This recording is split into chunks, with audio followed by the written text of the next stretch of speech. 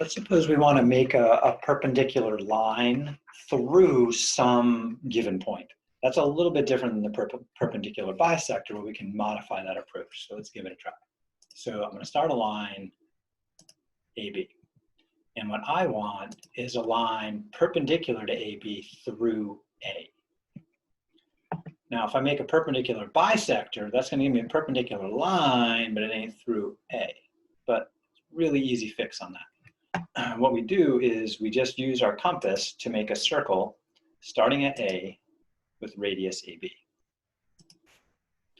What I then get is a new point on the other side where A is in the middle, because it's the center of the circle. Hopefully you see where I'm going with this.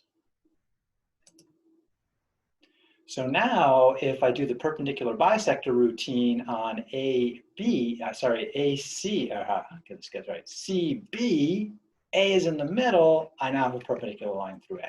So it's not that bad. All right, so this is going to be interesting. Oops, let's use the move tool to kind of center this a little bit. And sometimes when I'm doing these constructions, I have to zoom in or out to make stuff to see what's going on. So we may have to zoom out on this in a minute. But the perpendicular bisector thing is pretty straightforward. We just take our circle with a center tool, and we say, all right, give me a circle centered at B with radius C. And notice it's a wee bit bigger than the circle I had before. And then I make a circle centered at C with radius out to B. And I want those intersection points that are off my screen, so I'm going to have to zoom out here until I see them. That's a pretty picture, isn't it? So you make some cool stuff along the way with these constructions. These always were fun for me when I was younger. Oh, wait, they're fun now. Now I just need to find the intersection.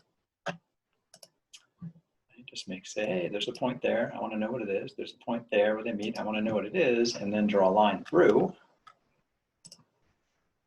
D and E, and I now have a perpendicular through A. Cool. So we can modify that perpendicular bisector to get a perpendicular line through any point just by making that point the center of some circle. And then we get a perpendicular bisector. So it's like an eyeball this way. It's cute.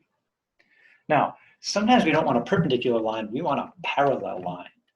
So let's think about that for a second. I have this line AB. I just made a perpendicular line DE.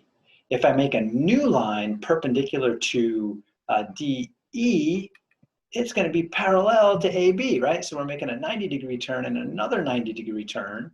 So that gives us a line parallel there. So all I have to do is say, make a perpendicular line through D here, and I will have a parallel line to AB. So to make a parallel line, you just have to make a perpendicular and a perpendicular to that. So pretty straightforward here. I'm going to take, let's see, so I don't have to zoom out again. I'm going to make a new circle here with D as the center, and then mark the other point on the other side, and then just do the perpendicular bisector through D of F and G.